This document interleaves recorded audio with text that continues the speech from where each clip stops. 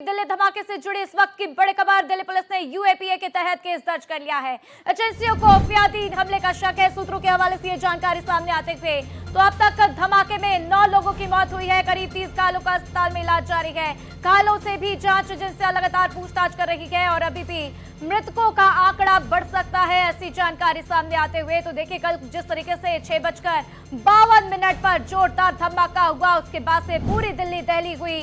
दिल्ली के साथ साथ दिल्ली एनसीआर के तमाम इलाकों में हाई अलर्ट किया गया। बिहार, हरियाणा, उत्तर प्रदेश, देश के तमाम अन्य राज्य जहां पर हाई अलर्ट जारी किया गया है। तो देखिए आज बिहार में चुनाव भी है, दूसरे चरण का मतदान लगातार जारी है और ऐसे में जिस तरीके से कल देर रात ये जोरदार धमाका हुआ, उसके बाद से बिहार में भी सुरक्षा व्यवस्था कड़ी कर दी गई है। तो देखिए घायलों से भी जांच एजेंसियां लगातार पूछताछ कर रही है। घायलों से पूछताछ के दौरान उनसे बातें की जा रही है और उनसे पता लगाने की कोशिश की क्या कुछ बातें उनसे होती हुई। और ऐसे में आदित्य हमारे साथ जुड़ चुके हैं, ज्यादा जानकारी के लिए सीधा उनके पास चलेंगे। आदित्य, क्या कुछ तस्वीरें वहां से नजर आ रही हैं? क्योंकि थोड़ी देर पहले हमने देखा था कि किस तरीके से फॉरेंसिक टीम वहां पर पहुंची हुई थी और जांच पड़ताल में जुटी हुई नजर आए। फिलहाल क्या अपडेट?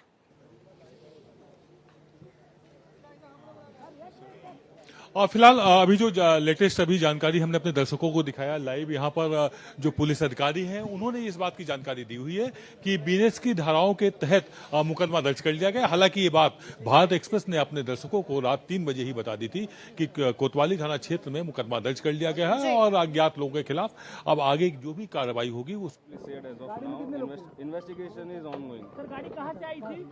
मैं एक ही लफ्ज बोल रहा हूँ, इन्वेस्टिगेशन इज ऑनगोइंग। अभी हम कुछ भी कंक्लूसिवली नहीं कह सकते हैं। Once we are able to find out hard facts then only we will be able to comment upon it conclusively. अब तक क्या हाथ में लगा है सर? अभी तक तो जांच चली रही है, आप खुद ही देख रहे हो सामने एफएसएल की टीम लेकिन जो फिर है। भी एकदम 13 घंटे के बाद कुछ तो लगा होगा। सर कई होटल्स पे भी छापेमारी कर दी गई है पहाड़गंज के पास। तो देखिए पुलिस की तरफ से कहना है कि अभी भी जांच जारी है और उसके बाद ही कंक्लूजन पर आ पाया जाएगा। आशुतोष, माफ कीजिएगा, आदित्य मेरे साथ लगातार बने हुए हैं। आदित्य, और क्या कुछ जानकारियां? क्योंकि देखिए जिस तरीके से ये जोरदार धमाका हुआ उसके बाद से हमने देखा कि अमेरिका की तरफ से, ब्रिटेन की तरफ से यहाँ पर दिल्ली में जो नागरिक उनके मौजूद हैं उनको लेकर एडवाइजरी भी जारी की गई है। क्या कुछ एडवाइजरी में कहा क्या है?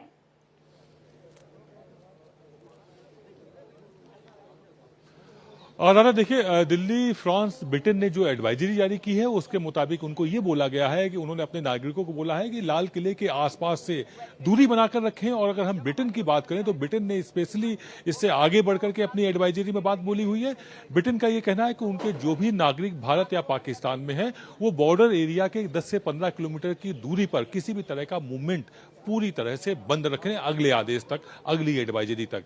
तो इस विस्फोट के बाद जो चर्चा है पूरे विश्व पटल पर है और सभी की निगाह है कि आखिरकार इतना बड़ा विस्फोट भारत में 14 साल बाद हुआ है, राजधानी दिल्ली में हुआ है। तो इसको लेकर के सभी की निगाहें हैं और भारत सरकार इसको लेकर काफी गंभीर है। 9:30 बजे गृह मंत्री अमित शाह एक हाई लेवल मीटिंग करने जा रहे हैं और उस मीटिंग के बाद तय होगा कि आगे क्या कुछ करना है। फिलहाल चौकसी बढ़ा दी गई है, 11 राज्यों में हाई अलर्ट है।